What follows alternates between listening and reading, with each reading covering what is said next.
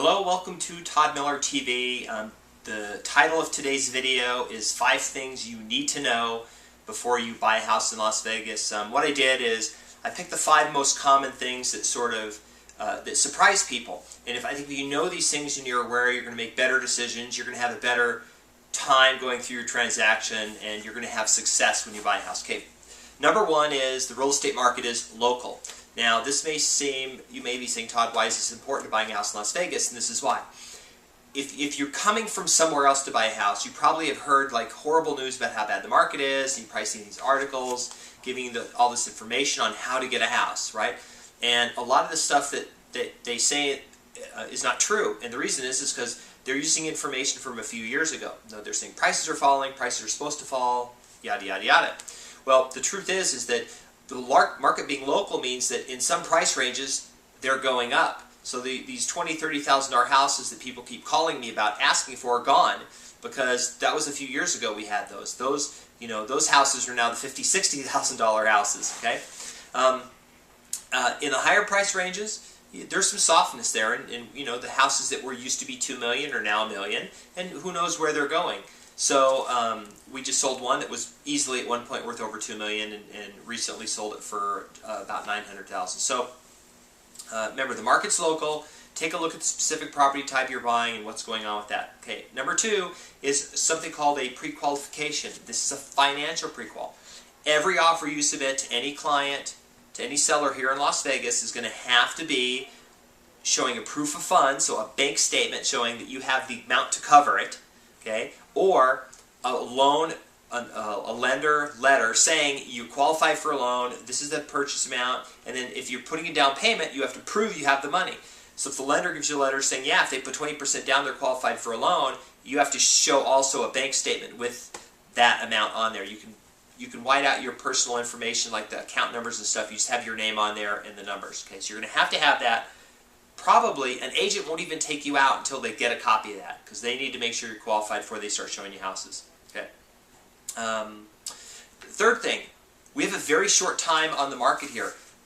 Properties are starting to disappear rather quickly. So if you're 2 or 3 months out from coming out to look, don't be all wrapped up in looking at houses, because they're going to be gone. And the reason why this is also important to know is if you see a house and you want to spend a week to think about it, or fly back to the East Coast and whatever, just remember that the house could be probably going to be gone. And what this also means is that you're probably going to be dealing with multiple offers on the property. So don't be surprised if you write an offer on a property and then the next day you find out there's 3 or 4 offers and you're asking for the highest and best. Okay, because that happens a lot. All right. Fourth thing is appraisals. Okay, this is why appraisals are important. On any purchase of real estate with a loan, you will have to get an appraisal. Now, if the house does not appraise for what you're under contract for, one of 2 things has to happen. Either the seller has to lower the price, or you have to come in with the difference of the funds to make the sale good. Some of the sellers, depending on who it is, will say, that's the price we negotiated. It's not my fault your lender doesn't think it's worth that. You come up with the difference. Some of them will meet you halfway and say, well, if you'll give up a couple thousand in the closing costs we're paying, you will reduce the price. And some will just say, we'll reduce the price and you're fine. It just depends on the seller. You have to take that one step at a time. The key thing to remember with appraisals is that the last time we had this problem was 8 years ago, 2004, when prices were going up. So what this is an indication of is the prices are going up. And the reason why it doesn't appraise is just because you're paying $100,000, they look back over the last 6 months and they say, well, this other guy bought the house for $95,000, so we're going to appraise it for less. But now the houses are worth more, and sometimes appraisers really don't take that into account. Okay. The 5th thing I wrote down is the most important thing. It's be patient. Okay, you have to be patient. This is not...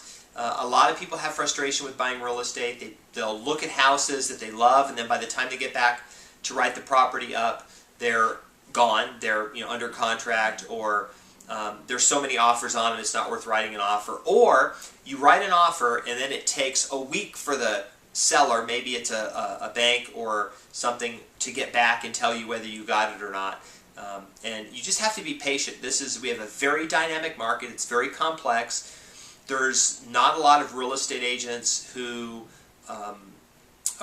aren't familiar with this now. A lot of real estate agents who haven't had a lot of experience with this are out of the business because they haven't been able to cope. So listen to your agent, be very patient, just wait it out.